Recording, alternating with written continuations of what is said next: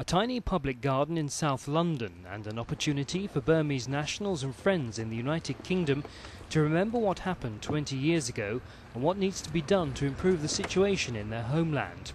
A small demonstration and a temporary memorial tower to mark the anniversary, and also to demonstrate and renew their calls for greater democracy in Burma.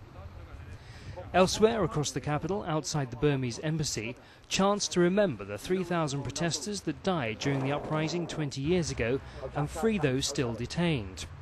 What has become known as the 8888 uprising began as a student protest in the capital Yangon on August 8, 1988, and rapidly spread nationwide as the Burmese people demanded an elected civilian government. Soldiers opened fire on the unarmed protesters, killing thousands, mostly Buddhist monks, students and civilians. Amnesty estimates that some 2,000 political prisoners arrested during the uprising still remain jailed under harsh conditions.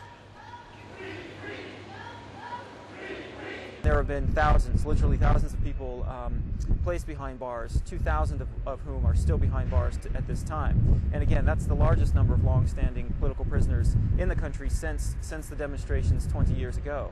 The government has made various promises and assurances to the international community that it would consider releasing some of these prisoners of conscience, but it has yet to do so in the case of Yu Tin and 2,000 others.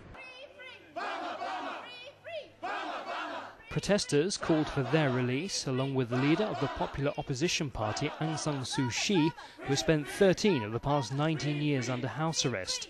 She was awarded the Nobel Peace Prize in 1991 and has become a symbol of Burmese democracy. Internationally, around the world, we are striking those sort of government. But inside of Burma, I feel very sorry for them. They are under the military boots. Despite decades of unrest, protesters remained optimistic. We are going to get democracy very soon because we're fighting for 20 years. Today is 20 years now, but this is not 20 years. We're fighting for democracy since 1962.